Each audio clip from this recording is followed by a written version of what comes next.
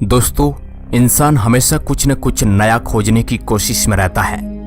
इसी का तो नतीजा आज हमने इतनी एडवांस टेक्नोलॉजी इजाद कर ली है और आज हम केवल पृथ्वी तक ही सीमित नहीं रहे हैं बल्कि ब्रह्मांड में कहीं दूर तक जा चुके हैं। दोस्तों, 1970 के दशक में हमारे पास सौरमंडल के बाहरी ग्रहों के बारे में जानकारी बहुत ही कम थी और सौरमंडल के बाहरी ग्रहों की दुनिया हमारे लिए रहस्य बनी हुई थी। इन रहस्यों को जानने के लिए अमेरिकी स्पेस एजेंसी नासा ने 2 स्पेसक्राफ्ट पृथ्वी से अंतरिक्ष की ओर रवाना किए, जिनका नाम वॉयेजर 1 और वॉयेजर 2 है। लेकिन दोस्तों, आपके दिमाग में यह ख्याल आ रहा होगा कि आज ये अंतरिक्ष यान कहां पर है। क्या यह अंतरिक्ष यान आज भी हमारे वैज्ञानिकों के पास डाटा भेज रहे हैं? और दोस्तों, वॉयेजर 1 ने आज तक वैज्ञानिकों को कौन कौन सी तस्वीरें भेजी है? तो चलिए आज आपको रियल फुटेज के साथ वॉयेजर 1 की यात्रा के साथ ले चलते हैं। इससे पहले हम वॉयेजर 1 पर एक डिटेल में वीडियो डाल चुके हैं, लेकिन इस वीडियो में हम केवल आपको वॉयेजर 1 द्वारा कैप्चर केवल रियल फुटेज ही दिखाएंगे और साथ में ये भी दिखाएंगे कि यह अंतरिक्ष यान आज किस हालात में है। तो चलिए फिर आज के इंटरेस्टिंग सफर पर निकल पड़ते हैं। हेलो दोस्तों, मैं हूं आपका दोस्त सुरेश सांचोरी। आप देख रहे हैं रहस्य टेलीविजन यूट्यूब चैनल। दोस्तों, वॉयेजर अंतरिक्ष यान की जर्नी 1977 में शुरू होती है। इसका मकसद था सौरमंडल के बाहरी प्लैनेट जुपिटर और शनि, साथ ही इनके चंद्रमा और वलयों की स्टडी करना था। इन सब उद्देश्यों को लेकर यह अंतरिक्ष यान अपनी मंजिल की ओर चल पड़ा था। जब यह पृथ्वी से काफी दूर जा चुका था, तब वॉयेजर अंतरिक्ष यान ने पृथ्वी से करीब 11.66 मिलियन किलोमीटर दूर से पृथ्वी और चंद्रमा की पहली बार एक ही फ्रेम में फोटो कैप्चर की। ये फोटो जो अभी आप अपनी स्क्रीन पर देख पा रहे हैं, उसके बाद ये जुपिटर की तरफ चल पड़ा। करीब 5 मार्च 1979 को यह अंतरिक्ष यान जुपिटर के काफी करीब पहुंच चुका था। अभी जो आप ये वीडियो देख रहे हैं, ये वॉयेजर 1 अंतरिक्ष यान द्वारा जुपिटर की टाइम लैप्स फुटेज है।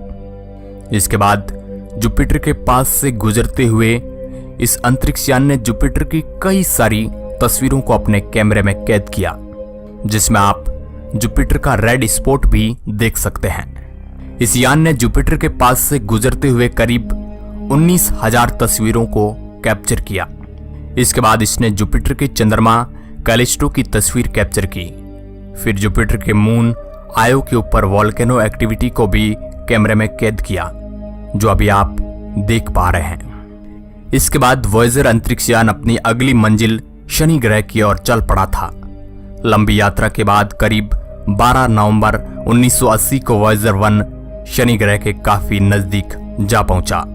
जब वॉयेजर शनि ग्रह से थोड़ा दूर था, तब इसने शनि ग्रह की इस खूबसूरत तस्वीर को अपने कैमरे में कैद किया। वॉयेजर द्वारा कैप्चर इस तस्वीर में आप शनि ग्रह के रिंग के साथ उसके 2 चंद्रमा टेथिस और डायनो को भी देख सकते हैं। इन दोनों चंद्रमा की अलग अलग तस्वीरों को भी वॉयेजर ने कैप्चर किया। अभी जो आप तस्वीर देख पा रहे हैं, ये शनि ग्रह के रिंग की तस्वीर है। इसके बाद इसने शनि ग्रह के चंद्रमा इंसेलेडस को भी अपने कैमरे में कैद किया। फिर वॉयेजर अंतरिक्ष यान ने अपना कैमरा शनि ग्रह के चंद्रमा टाइटन की तरफ घुमाया और अपने कैमरे में उसे कैद किया, जो अभी आप तस्वीर देख पा रहे हैं। इसने टाइटन की काफी क्लोजअप तस्वीर को कैप्चर किया था। उसमें ऑरेंज कलर के घने वातावरण के अलावा कुछ भी नजर नहीं आ रहा था, जिस वजह से कई सालों तक इस मून के सरफेस के बारे में कई अटकलें लगाई गई। इसके बाद इस अंतरिक्ष यान का बाहरी ग्रह एक्सप्लोरेशन का अभियान पूरा हो चुका था। सैटर्न प्लैनेट को फ्लाई बाय करने के बाद वॉयेजर 1 अंतरिक्ष यान ने इतनी रिक्वायर्ड वेलोसिटी को हासिल कर लिया था कि वह सौरमंडल से बाहर जा सके। इसके बाद यह मुसाफिर चल पड़ा था इस सुदूर अंतरिक्ष की गहराई में। इस मुसाफिर को कुछ नहीं पता था कि आगे क्या है। इस अंतरिक्ष यान ने जाते वक्त अपने कैमरे को अंतिम बार पृथ्वी की तरफ घुमाया था और एक पृथ्वी की तस्वीर कैप्चर की। अभी जो आप मोबाइल स्क्रीन पर यह ब्लू डॉट देख रहे हैं, यह हमारा घर पृथ्वी है। इस डॉट के अंदर हम लोग रहते हैं, तो आप अंदाजा लगा सकते हैं कि इस यूनिवर्स में हमारी क्या हैसियत है। दोस्तों इस तस्वीर को 14 फरवरी 1990 को वॉयेजर 1 अंतरिक्ष यान द्वारा पृथ्वी से 6 अरब किलोमीटर दूर से कैप्चर किया गया था। इस तस्वीर को कैप्चर करने के बाद वॉयेजर अंतरिक्ष यान के कैमरों को बंद कर दिया गया। इसके बाद यह अंतरिक्ष यान अपने आगे की यात्रा की ओर निकल पड़ा। करीब अरबों किलोमीटर का सफर तय करने के बाद 22 अगस्त 2012 को 18.4 बिलियन किलोमीटर यानी कि 123 एस्ट्रोनॉमिकल यूनिट की दूरी से वॉयेजर 1 ने आखिरकार हीलियोपोज को पार कर लिया और इंटरस्टेलर स्पेस में प्रवेश किया। अब दोस्तों ये इंटरस्टेलर स्पेस क्या है, चलिए इसके बारे में आपको थोड़ा आसान भाषा में समझाते हैं।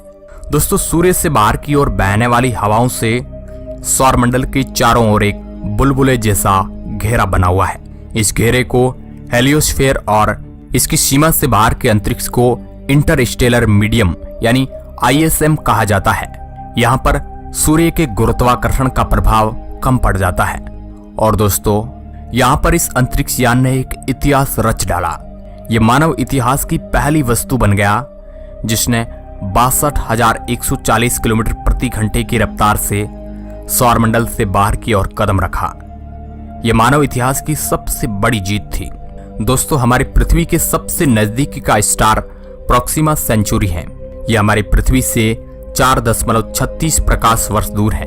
और मान लो वॉयेजर 1 अंतरिक्ष यान को प्रोक्सिमा सेंचुरी स्टार तक जाना है तो उसे आज की स्पीड से जाने में करीब 73,000 साल लग जाएंगे।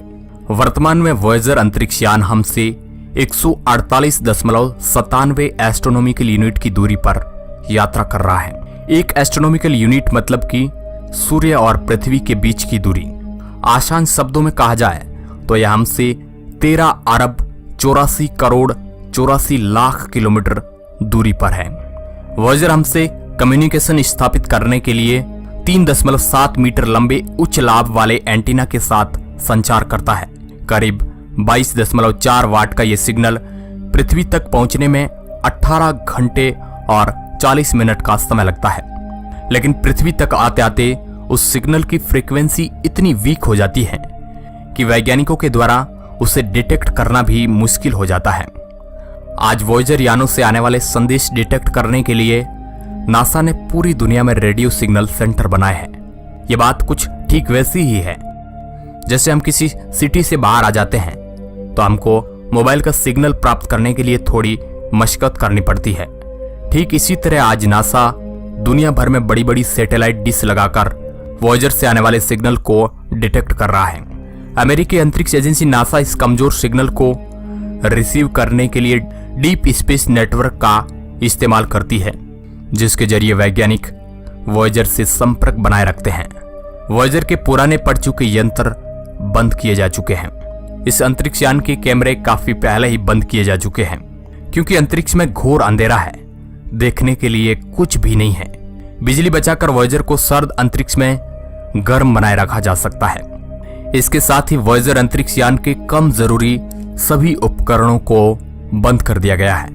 वॉयेजर 1 अंतरिक्ष यान के केवल 4 ही उपकरण ऑन हैं जिनका इस्तेमाल मैग्नेटिक फील्ड और सोलर विंड से जुड़े डाटा इकट्ठा करने और उन्हें पृथ्वी पर भेजने में किया जाता है। साथ ही वॉयेजर 1 और हमारे बीच कम्युनिकेशन स्थापित करने के लिए भी किया जाता है।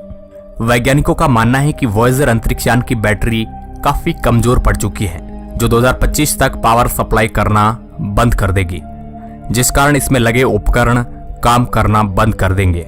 और इसमें लगे उपकरण के बंद होते ही वॉयेजर का संपर्क हमेशा हमेशा के लिए टूट जाएगा। संपर्क टूटने के बाद भी यह मुसाफिर इस रहस्यमय ब्रह्मांड में यात्रा करता रहेगा। उसके बाद न तो हम इससे संपर्क कर पाएंगे और ना ही वॉयेजर हमसे कम्युनिकेशन स्थापित कर पाएगा।